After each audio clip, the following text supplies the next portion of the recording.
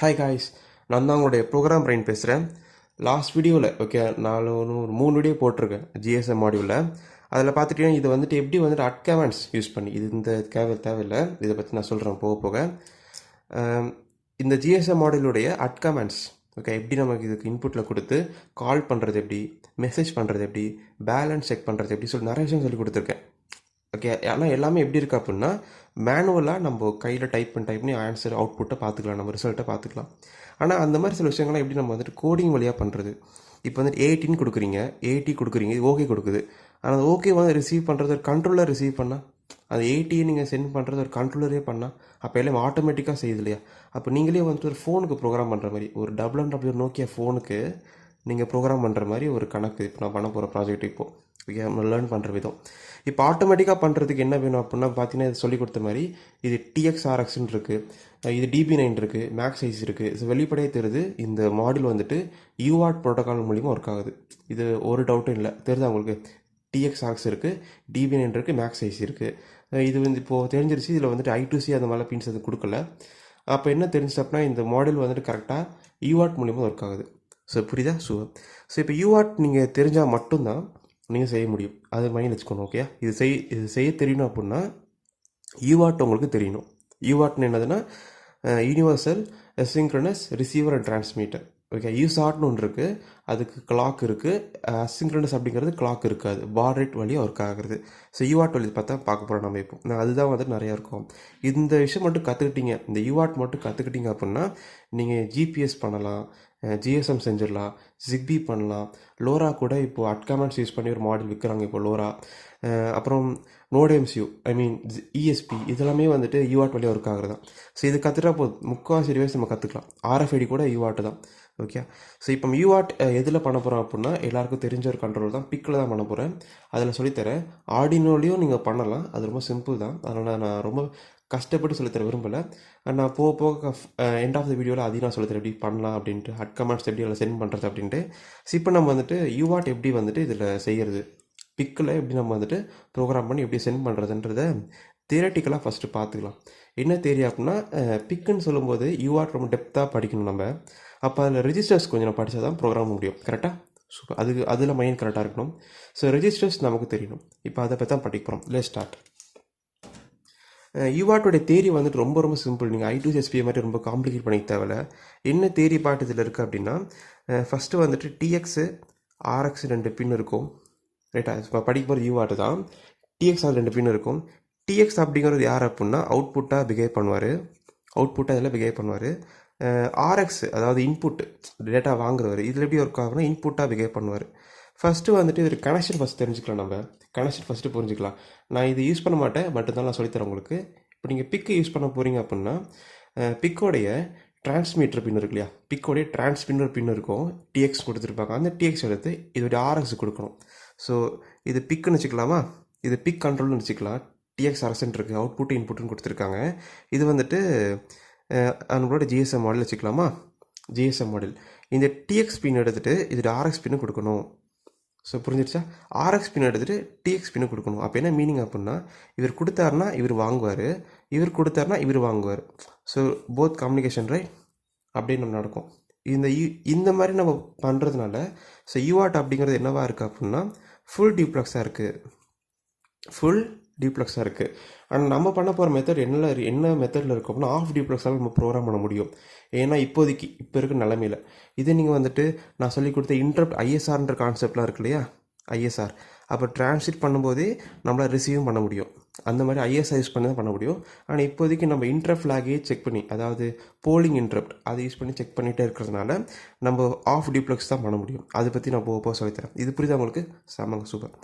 இப்போது இன்னும் கொஞ்சம் இது தெரிஞ்சுக்கிட்டோம். அடுத்துட்டு ஃப்ரேம் எப்படி இருக்கும் அப்படின்னா TX பின் வந்து டிஃபால்ட்டாக ஹையாக தான் இருக்கும், RX பின் டிஃபால்ட்டாக லோவாக தான் இருக்கும்.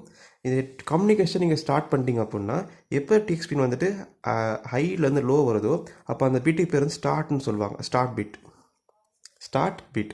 அதுக்கடுத்து ஒரு 8 பிட்டு கண்டினியூஸாக வரும், 8 பிட் கண்டினியூஸாக வரும். 1 2 3 4 5 6 7 8 வரைக்கும் வரும்.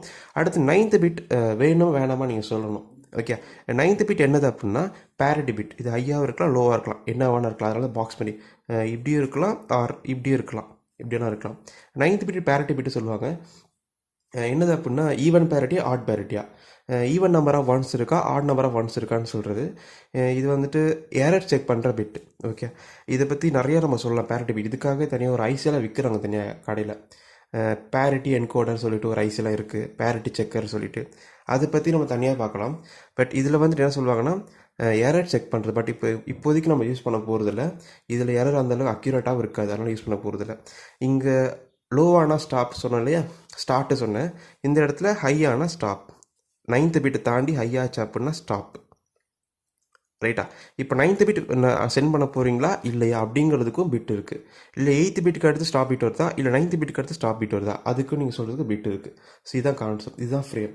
அதே மாதிரி இதே கான்செப்ட் தான் இதுக்கு போகுது இல்லையா. இது ரிசீவ் பண்ணுறது அங்கே என்ன இருக்குன்னா இதே மாதிரி ஒரு பின் இருக்கும். அந்த இடத்துல நீங்கள் அனுப்புறதில் ரிசீவ் பண்ணிப்பார். ஸோ இங்கே பார்த்தீங்கன்னா ஒரே ஒரு கிளாக், ஒரு இது டேட்டா அனுப்புறீங்க அவ்வளோதான் இல்லையா. இங்கே கிளாக் அப்படின்றதுமே இல்லை. இப்போ கிளாக்குக்கு பதிலாக இங்கே யார் இருக்கிறா அப்படின்னா அங்கே தான் வந்துட்டு பாட் ரேட் அப்படின்னு வருது. Baud rate.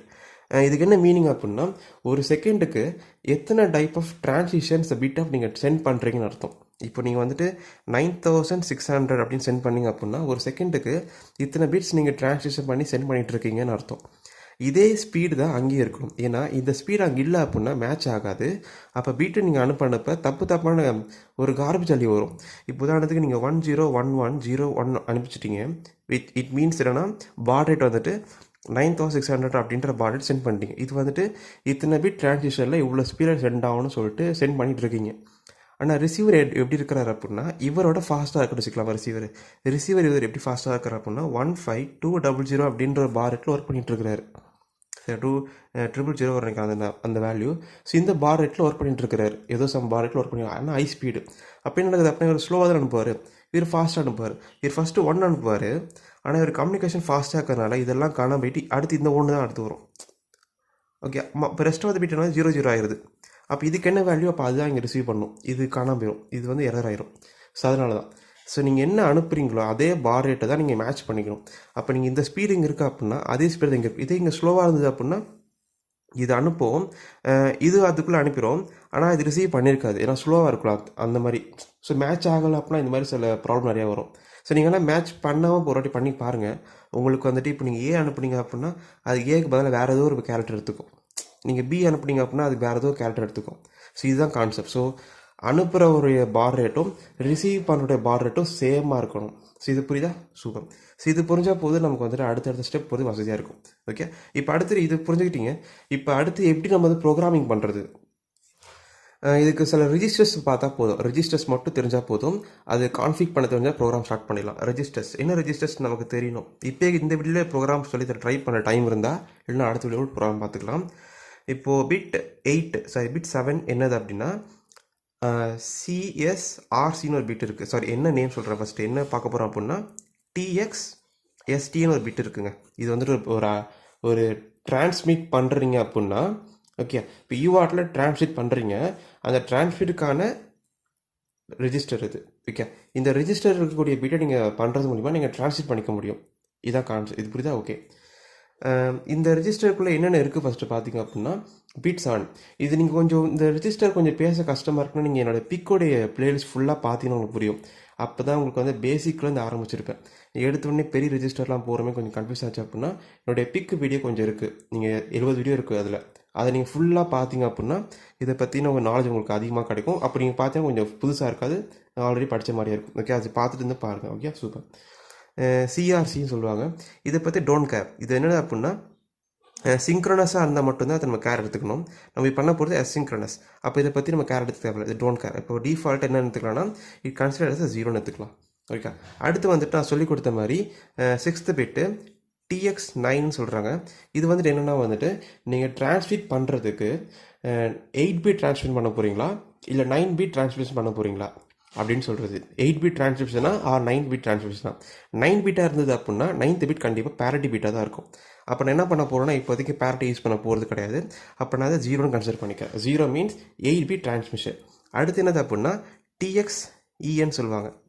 TXEN இதுதான் வந்துட்டு நான் சொன்னேன் இல்லையா, நீங்கள் டிரான்ஸ்மிட் பண்ணணும் அப்படின்னா எனேபிள் பண்ணால் தான் டிரான்ஸ்மிட் பண்ணால் பண்ண முடியும்.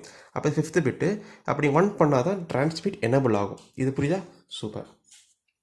அடுத்து என்ன நடக்குது அப்படின்னா பிட்டு 4 சிங்க் அப்படின்னு சொல்லுவாங்க.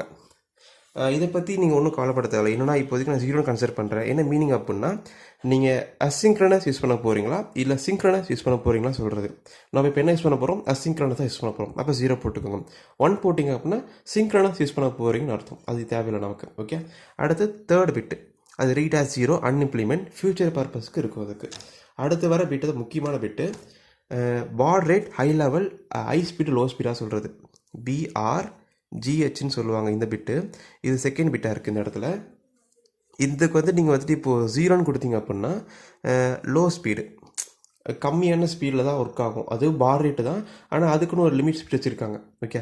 இப்போ 9600லேயே வந்துட்டு 2 டைப் இருக்குது. ஹை ஸ்பீடுன்னு ஒரு டைப் இருக்குது, அதே லோ ஸ்பீடுன்னு டைப் இருக்குது. அது மாதிரி எல்லா பார் ரேட்டுக்கும் எல்லா மெகா ஹெர்ட்ஸுக்கும் ஒரு டைப் கொடுத்துருக்காங்க. ஹை ஸ்பீடாக லோ ஸ்பீட் வேணுமான்ட்டு. நம்ம எப்பவுமே ஹை ஸ்பீட் தான் யூஸ் பண்ணுவோம். எதுக்காக லோ ஸ்பீட் யூஸ் பண்ணக்கூடாது அப்படின்னா, நீங்கள் லோ ஸ்பீடில் யூஸ் பண்ணிட்டீங்கன்னா அந்த டிவைஸில் லோ ஸ்பீட் இருக்குது. உதாரணத்துக்கு லோ ஸ்பீட் யூஸ் பண்ணிட்டீங்க பிக்கில், ஆனால் இதில் ஹை ஸ்பீடாக இருந்தால் என்ன பண்ணுவீங்க? அப்போ டேட்டா மிஸ் ஆகும் இல்லையா? அதனால் வந்துட்டு இப்போ இருக்க எல்லா மாடியூல்லையுமே வந்துட்டு ஹை ஸ்பீட் தான் யூஸ் பண்ணுவாங்க, லோ ஸ்பீட் யூஸ் பண்ண மாட்டாங்க. அப்போ நீங்கள் லோ ஸ்பீட் வச்சுட்டிங்க அப்படின்னா சில டேட்டா மிஸ் ஆகிறதுக்கு வாய்ப்பு நிறையா இருக்குது. அப்போ ஹை ஸ்பீடாக வச்சுக்கணும். நம்ம எப்போவுமே 1 தான் வச்சுக்கணும். ஓகே. அடுத்து வந்துட்டு இதுதான் முக்கியமான பிட்டு TRMTன்னு சொல்லுவாங்க. ஓகே. இது வந்துட்டு TSRன்னு ஒரு பஃபர் இருக்குது. TSRன்னு அது இது வந்துட்டு எம்டி எழுதிக்கிறேன். ஃபர்ஸ்ட் நம்பர் சொல்கிறேன். எம்டி இது ஃபுல் ரைட்டா. இதுவா எம்டியாக இருந்தால் 1ஆக இருக்கும், ஃபுல்லாக இருந்தால் 0வாக இருக்கும். அது என்னப்பா எம்டி ஃபுல் புதுசாக சொல்கிறியப்பா அப்படி கேட்டிங்கன்னா அப்படி இல்லை. இப்போ நம்ம இன்னும் கொஞ்சம் டெப்த்து நாலேஜ் நம்ம போகிறோம். இப்போ டெப்த்தாக இறங்குறோம். இப்போ என்னது அப்படின்னா இது சொல்கிறதுக்கு நம்ம இன்னொரு ரெஜிஸ்டர் ஆட் பண்ணால் சொல்ல முடியாது அதை பற்றி என்னால். ஓகே. நான் சொல்கிறேன். இப்போ டிரான்ஸ்மிட் பண்ணிட்டீங்க வச்சுக்கலாம். இமேஜின் பண்ணிக்கோங்க. டிரான்ஸ்மிட் பண்ணிட்டீங்க. எதில் வச்சு டிரான்ஸ்மிட் பண்ண போகிறீங்க? எதில் வைக்கணும் இல்லையா டிரான்ஸ்மிட் பண்ணுறதுக்கு? அதுக்கு பஃபர் ரெஜிஸ்டர் ஒன்று இருக்குது. அது சொன்னால் தான் என்னால் புரிய வைக்க முடியும் உங்களால். என்னால் பஃபர் ரெஜிஸ்டர் என்னது அப்படின்னா TX ரெக்னு சொல்லுவாங்க. TX register. இதில் வந்துட்டு நீங்கள் வந்துட்டு என்ன செய்யலாம் அப்படின்னா A அப்படின்னு வைக்கலாம். நீங்கள் ஏன்னு தூக்கி வச்சா போதும், அது டேட்டா வந்து சென்ட் பண்ணிடும். ஆனால் சென்ட் பண்ணுதா இல்லையா அப்படின்றது யார் நமக்கு சொல்லுவா அப்படின்னா இன்டர் ஃப்ளாக் சொல்லிடுவார். அது இன்டர் ஃப்ளாக் யார் அப்படின்னா TXIL டு டிஃபால்ட்டாக 0வாக இருக்கும். இது எப்போ இந்த பிட்டு நீங்கள் வைக்கிறீங்களோ அப்போ இந்த பிட் என்ன ஆயிருந்தா 1 ஆயிரும். டிஃபால்ட்டாக 0வாக தான் இருக்கும். எப்போ இந்த ரெஜிஸ்டரில் நீங்கள் வேல்யூ வைக்கிறீங்களோ அப்போ 1 ஆயிரும். அப்போ என்ன ஆயிடுச்சுன்னா அந்த டேட்டாவை வந்து டிரான்ஸ்மிட் ஆகுது ரெடி ஆயிடுச்சுன்னு அர்த்தம். அப்போ இது என்ன செய்யுது அப்படின்னா TSR ஓகே சொல்லுங்கள் TSR அதில் வந்துட்டு டேட்டாவே வைக்குது. ஓகே. இவர் இந்த TSR பிட் என்ன செய்கிறார் அப்படின்னா நான் சொல்லி கொடுத்த மாதிரி shift register. Okay. Shift register concept இங்கே இருக்குது. அந்த ஷிஃப்ட் ரெஜிஸ்டர் கான்செப்ட் மூலிமா இப்போ உதாரணத்துக்கு இங்கே A இருக்குது அப்படின்னா 110110 ஏவோடைய பைனரி வேல்யூ தான் உள்ளே இருக்கும் TSRக்குள்ளே. அந்த TSRக்குள்ளே என்ன செய்யுது அப்படின்னா ஒவ்வொரு பிட்டாக பிரித்து செக் பண்ணி இந்த TX அப்படின்ற பின்னுங்க சென்ட் பண்ணணும். ஓகே. சரி நீங்கள் என்ன தான் நீங்கள் இதில் வச்சாலும் பஃபரில் வச்சாலும் அந்த கண்ட்ரோலருக்குள்ளே என்ன இருக்குது அப்படின்னா TSRன்ற பஃபருக்குள்ளே போகும். இதுதான் வந்துட்டு உள்ளே போகும். அப்போ இந்த பிட்டு எம்டியாக இருந்தால் 1ஆக காட்டும், ஃபுல்லாக இருந்ததுன்னா 0ன்னு காட்டும். ஓகே. அது ஃபுல்லாக இருந்தது என்ன மீனிங் அப்படின்னா டேட்டா சம் இருக்குன்னு அர்த்தம். ஓகே. எம்டிஎஸ்ன்னு அர்த்தம் டேட்டா வந்துட்டு வந்த டேட்டா இன்கமிங் வந்த டேட்டா சக்ஸஸ்ஃபுல்லாக வெளியே போயிருச்சுன்னு அர்த்தம். ஸோ கரெக்டாக சூப்பர் புரியுது. இப்போ நம்ம என்ன மாதிரி கோடிங் இது கிரியேட் பண்ணலாம்? இப்போ புரியுது உங்களுக்கு என்ன கான்செப்ட்டு? நீங்கள் டேட்டா அனுப்புகிறீங்க, டேட்டா அனுப்புகிறீங்க, வச்சாச்சு. இன்டர் ஃப்ளாக் செக் பண்ணுறீங்க 1ஆ இருக்கான்ட்டு. நான் இப்போதைக்கு இதை யூஸ் பண்ணணும்னு வச்சுக்கலாம். இது இப்போதைக்கு யூஸ் பண்ணலை, இன்டர் ஃப்ளாக் யூஸ் பண்ணலை. அதுக்கு போல் இதை யூஸ் பண்ணுறேன். இப்போது இதை மானிட்டர் பண்ண போகிறேன். அப்போ என்ன செய்றீங்க அப்படின்னா டேட்டா வைக்கிறீங்க. அந்த டேட்டா எங்கே போகுது அப்படின்னா TSRன்ற ஒரு பஃபருக்குள்ளே போகுது. அந்த பஃபர் என்ன பண்ணுது அப்படின்னா உள்ள ஏன்ற உள்ளே இருக்கக்கூடிய ஒவ்வொரு பிட்டாக பிரித்து எடுத்து ஷிஃப்ட் ரெஜிஸ்டருக்குள்ளே சென்ட் பண்ணிகிட்டே இருக்கும். இது எப்போ எம்டி ஆகும் அப்படின்னா ஃபுல்லாக சென்ட் ஆகிடுச்சு அப்படின்னா எம்டி ஆகும். ரைட்டா? ஃபுல்லாக சென்ட் ஆகிடுச்சுன்னா எம்டி ஆகும். அப்போ தான் வந்துட்டு எம்டி ஆச்சு அப்படின்னா நமக்கு வந்து 1ன்னு செக் பண்ணிக்கலாம். ஃபுல்லாக சென்ட் ஆகலை சம் ப்ராப்ளம் அப்படின்னா இன்னும் ஃபுல்லாக தானே இருக்கும் அந்த இடத்துல. அப்போ 0வாகவே இருக்கும் அந்த இடத்துல. ஸோ நான் இன்டர் ஃப்ளாக் மாதிரி கூட இந்த பிட் யூஸ் பண்ணிக்கலாம் TRMT அப்படிங்கிறது. ரைட்டா?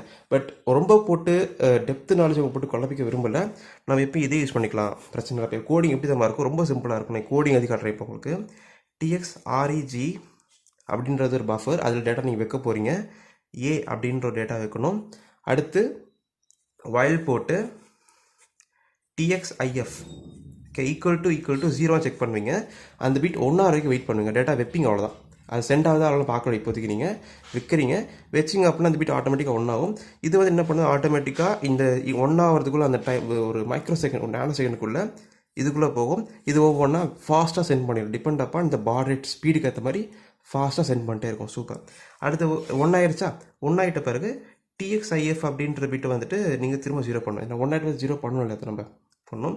இது வைல் ஆஃப் ஒன்றுக்குள்ளே கோடிங் இருக்கிறதுனால டிலே போட்டுக்கிறோம் சும்மா. ஏன்னா ரொம்ப ஃபாஸ்ட்டாக இருக்கும் இல்லையா, ஏன்னா சிஸ்டம் ஸ்டக் ஆகிடும் இது போடலை அப்படின்னா. 1 செகண்ட் டிலே போட்டு அழகாக இருக்கும். இதுதான் கோடிங்க.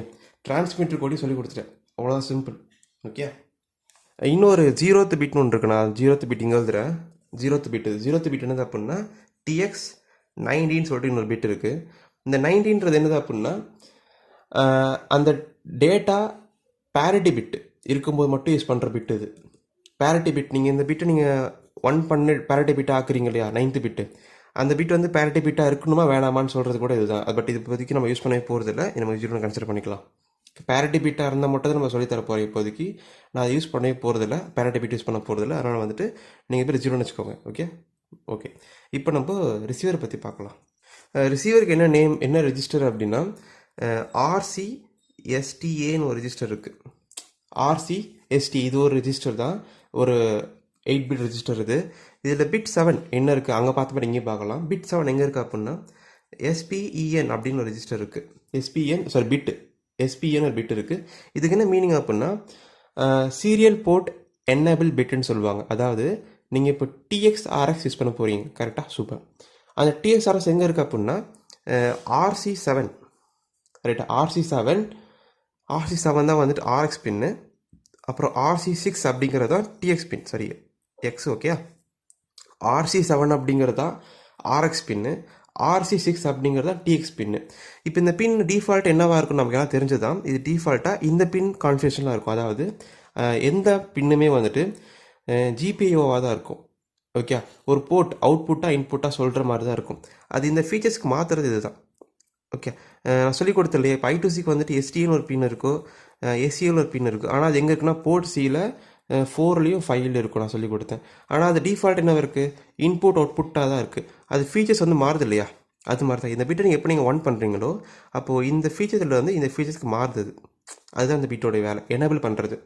ஓகே, எனேபிள் பண்ணிட்டீங்க அப்படின்னா இந்த RCS7 RC6 அப்படின்ற ஃபீச்சர்லேருந்து எனேபிள் ஆகுது, மாறும் அப்படியே.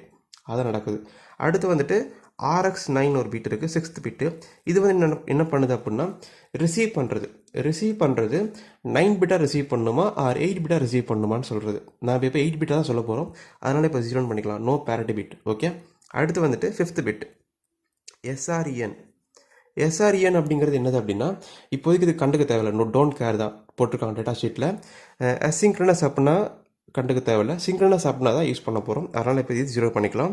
அண்ட் 4th பிட் இது ஒரு முக்கியமான பிட்டுங்க. அது இப்போதைக்கு நம்ம யூஸ் பண்ண போகிறதில்ல, ஆனால் முக்கியமான பிட் இது. என்னது அப்படின்னா கண்டினியூஸ் ரிசீவ் எனேபிள் பிட். இது ஒரு எரர் பிட் கூட சொல்லலாம், கண்டினியூஸ் ரிசீவ் எரர் பிட். இப்போ நான் ஒரு ப்ராஜெக்ட் பண்ணியிருக்கேன், வயர்லெஸ் நோட்டிஃபிகேஷன் அப்படின்னு செய்கிறோம். நோட்டிஃபிகேஷன் அப்படின்னா ஒரு இந்த இடத்துல GSM மாடல் இருக்கும். இந்த GSM மாடலுக்கு நான் ஃபோனில் வந்து மெசேஜ் அனுப்புவேன், டேர்ன் ஆன் LED அப்படின்னு மெசேஜ் பண்ணுவேன். அப்போ இது டேர்ன் ஆன் LED ரிசீவ் பண்ணேன்னா எனக்கு வந்து LED ஆன் ஆகும், கரெக்டாக? அந்த ப்ராஜெக்ட் ஓகே. அந்த ப்ராஜெக்ட் பண்ணும்போது மெசேஜ் எல்லாம் ரிசீவ் பண்ணிட்டே இருக்கணும் இல்லையா? அப்போ ரிசீவ் பண்ணும்போது இந்த பிக்கில் சில எரர் வாய்ப்பு இருக்குது. எனக்கு வந்திருக்கு இந்த மாடியூலில், நான் 12 TS பண்ணும்போது எனக்கு அந்த எரர் வந்திருக்கு. அப்போ நான் என்ன பண்ணுவேன் அப்படின்னா இந்த பிட்டை டிஃபால்ட்டாக 0வாக இருக்கும். எனக்கு எப்போல்லாம் இந்த பிட் எரர் வருதோ, ஐ மீன் மெசேஜ் ரிசீவ் ஆக ஸ்டாப் ஆகிடும், சம்டைம்ஸ் வர ஒர்க்கே ஆகாது. அந்த மாதிரி நடந்தது அப்படின்னா இந்த பிட்டை 1 பண்ணி திரும்ப 0 பண்ணுவேன். 1 பண்ணிவிட்டு ஒரு குறிப்பிட்ட டிலே, ஒரு 1 மைக்ரோ செகண்ட் டிலே கொடுத்து திரும்ப 0 பண்ணால் போதும். திரும்ப எனக்கு ரீசெட் பண்ணுற மாதிரி. இந்த பிட் என்னது அப்படின்னா ரிசீவ் கான்செப்டை ரீசெட் பண்ணுற மாதிரி. ஸோ அது நான் இந்த மாடியூலில் வயர்லெஸ் நோட்டிஃபிகேஷன் அந்த மாதிரி சில ப்ராஜெக்ட்லாம் செஞ்சு காட்டும்போது நான் செஞ்சு காட்டுறேன் எப்படின்ட்டு. Okay, super. அப்புறமேட்டு வந்துட்டு ADDN அப்படி சொல்கிற பிட் இருக்குது. இதை பற்றி நம்ம யூஸ் பண்ண தேவை, இந்த அட்ரஸ் பேஸ்ட் ஒர்க் ஆகும்போது தான் யூஸ் பண்ணுவோம். இந்த பிட்டை 0 பண்ணிக்கலாம், நோ நீட். அடுத்துமேட்டு வந்துட்டு செகண்ட் பிட் என்னது அப்படின்னா FERR சொல்லுவாங்க, சாரி RR. இது என்னது அப்படின்னா ஃப்ரேமிங் எரர். இப்போ நான் சொல்லி கொடுத்தேன் இல்லையா, இந்த டிஃபால்ட்டாக ஹையாக இருக்கும், லோ அந்த ஸ்டார்ட்டு, திரும்ப 8 பிட் ஹை ஆகும். அது மாதிரி ஒரு டேட்டா சொன்னது இல்லையா, ஒரு ஃப்ரேம் சொன்னோம் இல்லையா, அந்த ஃப்ரேமில் ஏதாவது சம் எரர் இருக்குது, தப்பு இருக்குது அப்படின்னா இந்த பிட் ஆட்டோமேட்டிக்காக ஒன்றாயிரும். ஸோ இப்போ அடுத்து சொல்ல போகிற பிட் எல்லாமே என்னது அப்படின்னா எரர் பிட். எதுக்கு எரர் பிட் இவ்வளோ இருக்குது அப்படி கேட்டிங்க அப்படின்னா ஒன்று வச்சுக்கோங்க, கிளாக் இல்லாத எந்த ஒரு கம்யூனிகேஷனுக்கும் எரர் பிட் நிறையா இருக்கும்.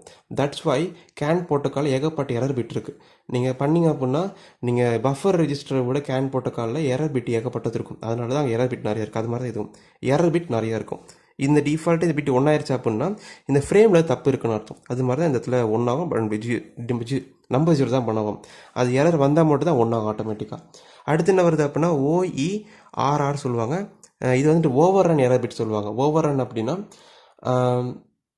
அதே மாதிரி தான் நீங்கள் ட்ரான்ஸ்லேட் பண்ணிட்டே இருக்கீங்க, ஆனால் இன்டர்ஃப்ளாக் செக் பண்ணாமல் நீங்கள் பண்ணிகிட்டே இருக்கீங்க. அதே மாதிரி வந்துட்டு ரிசீவ் பண்ணுறது வந்துட்டு வெயிட் பண்ணாமல் நீங்கள் அனுப்பிச்சிட்டே இருக்கீங்க, ரிசீவ்க்காக வெயிட் பண்ணவே இல்லை. அந்த மாதிரி சில over run, okay, over run திரும்ப பண்ணிட்டு இருக்கீங்க, வெயிட் பண்ணாமல் பண்ணிட்டு இருக்கீங்க, அந்த பிட் 1 ஆயிரும். அப்புறம் டிஃபால்ட்டாக 0 பண்ணுங்கள், 1 வரைக்கும் வெயிட் பண்ணுற மாதிரி கூட சாஃப்ட்வேராக கோடிங் பண்ணலாம். Okay, super. அடுத்து என்ன பண்ணுவீங்க அப்படின்னா இது ஃபஸ்ட்டு பிட்டு, 0th பிட் வந்துட்டு RX90. இது வந்துட்டு 0 தான். பேரிட்டி பிட் வேணுமா வேணாமான்னு சொல்கிறது. ஓகே, தேவையில்லை. இப்போ இதுக்கு ரிசீவ்க்கு எப்படி கோடிங் பண்ணுறது? டிரான்ஸ்மிட்டர் கோடிங் சொல்லி கொடுத்தேன், ஞாபகம் இருக்கா? சமங்க. இப்போ ரிசீவுக்கு எப்படி கோடிங் பண்ணுறது? ரொம்ப சிம்பிள். டிரான்ஸ்லேட் பண்ணுறது எப்படின்னா, டிரான்ஸ்லேட் பண்ணிவிட்டு இன்டர்ஃப்ளாக் செக் பண்ணுவீங்க. ஆனால் ரிசீவ் எப்படி அப்படின்னா, ரிசீவ் பண்ணுறதுக்கு முன்னாடி இன்டர்ஃப்ளாக் வரதை செக் பண்ணுவீங்க, அப்புறமா ரிசீவ் பண்ணுவீங்க. எப்படி அப்படின்னா, while RCIFனு ஒரு பிட் இருக்குது, அங்கே RTXIFனு பார்த்தீங்க இல்லையா, இங்கே RCIFனு பிட் இருக்குது. இது இன்டர்ஃப்ளாக் ஃபார் ரிசீவ். இந்த பிட் எப்போ வந்துட்டு 1 ஆகும்? எப்போ 1 ஆகும் அப்படின்னா சம் டேட்டா வந்தால் மட்டும்தான். டிஃபால்ட்டாக 0வாக இருக்கும். ஸோ வெட்டி அங்கே நின்றுட்டே இருக்கும். எப்போ 1 ஆகும்? சம் டேட்டா வந்தால் 1 ஆகும். கரெக்டாக, சூப்பர். 1 ஆயிடுச்சு. 1 ஆகி இது வந்தால் அந்த பிட் 1 ஆயிடுச்சு அப்படின்னா கீழே வரும். திரும்ப என்ன பண்ணுறோம், இந்த பிட்டை வந்துட்டு 0 பண்ணிவிட்டு இப்போ எதில் டேட்டா இருக்கும் அப்படின்னா RC ரெக் அப்படின்றதுல டேட்டா இருக்கும். நம்ம அங்கே என்ன பார்த்தோன்னா TX ரெகுலர் டேட்டா வச்சோம் இல்லையா, வச்சோம். ஆனால் ரிசீவ் பண்ணுற டேட்டா இதுக்குள்ளே இருக்கும். இது நம்ம வந்துட்டு ஒரு டம்மி அப்படின்ற வேரியபிளில் ஸ்டோர் பண்ணி நம்ம இது என்ன வேணால் பிரிண்ட் பண்ணிக்கலாம். வாட் எவர் இட் இஸ், நீங்கள் பீட்டன் டிஸ்பிளே இருந்தால் அது கூட நீங்கள் பிரிண்ட் பண்ணி பார்த்துக்கலாம். அது உங்கள் விருப்பம் தான். இல்லை நான் வந்துட்டு திரும்ப இதே வந்துட்டு திரும்ப பிக்கு திரும்ப சென்ட் பண்ண போகிறேன் அப்படி கூட பண்ணிக்கலாம். இது LCD பண்ண போகிறேன் அப்படின்னா LCD டம்மின்னு போட்டு அது எப்படி நீங்கள் ப்ராசஸ் பண்ணவும் பண்ணிக்கலாம். ஸோ பிரிண்ட் பண்ணிக்கலாம். ஸோ ரிசீவ் பண்ணுற டேட்டா LCD பிரிண்ட் கூட பண்ணி பார்த்துக்கலாம். ஸோ இது புரிஞ்சிருச்சா? இவ்வளோ தான். ஸோ என்ன கற்றுக்கிட்டோம் அப்படின்னா ட்ரான்ஸ்லேட் பண்ணுறதுக்கான பஃபர் கற்றுக்கிட்டோம், ரெஜிஸ்டர் கற்றுக்கிட்டோம், அப்புறம் ரிசீவ் பண்ணுறதுக்கான ரெஜிஸ்டர் கற்றுக்கிட்டோம். இப்போ அடுத்து நம்ம கற்றுக்கணும் அப்படின்னா பாட் ரேட் அப்படின்னா என்ன, ஐ மீன் பாட் ரேட் எப்படி நம்ம இதில் செலக்ட் பண்ணுறது அப்படின்னு கற்றுக்கணும். அதுக்கு தனி ரெஜிஸ்டர் இருக்குது. இதோட அவ்வளோதான், முடிஞ்சிருச்சு இந்த வீடியோ. SPBRG அப்படின்னு ஒரு ரெஜிஸ்டர் இருக்குது. SPBRGன்னு ஒரு ரெஜிஸ்டர் இருக்குது. இந்த ரெஜிஸ்டரில் நீங்கள் வேல்யூ போடுறது மூலியமாக நீங்கள் என்ன பாட் ரேட் யூஸ் பண்ண போகிறீங்கன்னு சொல்லிக்கலாம். இப்போ நான் வந்துட்டு என்ன யூஸ் பண்ண போகிறோம் நம்ம கண்ட்ரோலரில் எப்பயுமே அப்படின்னா 10 MHz யூஸ் பண்ணுவோமா, 10 MHz யூஸ் பண்ணுவோம். அண்ட் 9600 பாட் தான் யூஸ் பண்ணணும். ஏன் அப்படின்னா இந்த போர்டு டிஃபால்ட்டாக அந்த பாட் ரேட்லாம் ஒர்க் ஆகுது. நம்ம போன வீடியோ சொல்லி கொடுத்த மாதிரி எல்லாம் செட் பண்ணியிருப்போம் இல்லையா, காம் போட்டு காம்பிம் விச்சுவல்லாம் செட் பண்ண அந்த பாட் ரேட் தான் செட் பண்ணணும். அப்போ இந்த வேல்யூக்கு என்ன ஃபார்முலா இருக்குது அப்படின்னா ஃபார்முலாவே இருக்குது, ஆனால் ரெடிமேடாக வேல்யூ கொடுத்துட்டாங்க. என்ன வேல்யூ அப்படின்னா 64 பண்ணால் போதும். அந்த சார்ட் உங்களுக்கு வரும். இப்போது அதில் பார்த்தீங்க அப்படின்னா மேலே 10 MHz கொடுத்துருப்பாங்க. அந்த சார்ட் பார்த்து மேலே 10 MHz கொடுத்துருப்பாங்க. கீழே வந்து எல்லாத்தோட வேல்யூ கொடுத்துருப்பாங்க. எல்லாத்துடைய பார்டருக்கும் கரஸ்பாண்டிங் வேல்யூ கொடுத்துருப்பாங்க. 9.6 இருக்கும். மேலே கேன்னு போட்டிருப்பாங்க. என்ன அர்த்தம்? 9.6000. அப்போது 96 இந்த மாதிரி வேல்யூ போட்டுக்கணும். இது கரஸ்பாண்டிங்காக 10 MHz என்ன போட்டிருக்கோம் அப்படின்னா 64ன்னு போட்டிருப்பாங்க. அந்த சார்ட் உங்களுக்கு இப்போ ஃபோட்டோஸ் உங்களுக்கு டிஸ்பிளே ஆகிட்டு இருக்கும், நீங்கள் பார்த்தா தெரியும். இந்த சைடில் டிஸ்பிளே இருக்கும், பார்த்தா தெரியும். அது மாதிரி உங்களுக்கு என்ன வேல்யூ வேணுமோ நீங்கள் பார்த்துக்கலாம். நீங்கள் அந்த அதில் என்ன எங்கே போய் பார்க்கணும் அப்படின்னா அங்கே சொல்லி கொடுத்த மாதிரி BRGHன்னு இருக்கு இல்லையா, ஈக்குவல் டு 1 இருக்கிறத பார்க்கணும். 2 மாடல் கொடுத்துருப்பாங்க. ஹை ஸ்பீடில் ஒரு பார் ரேட் வேல்யூ கொடுத்துருப்பாங்க, லோ ஸ்பீடில் ஒரு பார் ரேட் வேல்யூ கொடுத்துருப்பாங்க. நீங்கள் ஹை ஸ்பீடில் இருக்கிற பார் ரேட் வேல்யூ போயிட்டு என்ன வேல்யூ போடணும் அப்படின்ற வேல்யூ எடுத்து நீங்கள் அந்த SPBRG எழுதிக்கு போட்டால் போதும், வேலை முடிஞ்சிருச்சு. நான் இப்போ 64ன்னு போடுறேன். இதுதான் கான்செப்ட். அடுத்த என்ன பார்ப்போம் அப்படின்னா அட் கமெண்ட்ஸ் எப்படி நம்ம வந்துட்டு சென்ட் பண்ணுறது, அதெல்லாம் தாண்டி எப்படி நம்ம ஸ்ட்ரிங்கை சென்ட் பண்ணுறது. ஏன்னா அட் அப்படிங்கிறது ஸ்ட்ரிங் இல்லையா, ஸ்டார்ட் கேரக்டர். இது ஒரு ஓவரால் ஒரு ஸ்ட்ரிங்காக இருக்குது. இது எப்படி நம்ம சென்ட் பண்ணுறது, இது மாதிரி இன்னும் டெப்த்தான நாலேஜ் நான் அடுத்த தரேன் உங்களுக்கு. ஸோ இது நிறையா சொல்லிக் கொடுத்து நினைக்கிறேன் இல்லையா. ஸோ நிதானமாக பொறுமையாக ஃபுல்லாக ஒரேடியாக பார்க்காம கொஞ்சம் கொஞ்சமாக பாருங்கள் வீடியோவை ஃப்ரீ டைம் கிடைக்கும் போது. ஓகே, ஸோ அப்போ தான் உங்களுக்கு வந்துட்டு நிதானமாக புரியும் உங்களுக்கு எல்லாமே. ஸோ இந்த வீடியோ உங்களுக்கு பிடிச்சிருந்ததுன்னா லைக் பண்ணுங்கள், ஷேர் பண்ணுங்கள், சப்ஸ்கிரைப் பண்ணுங்கள். And another is bye from Program Brain and have a nice day guys. Bye.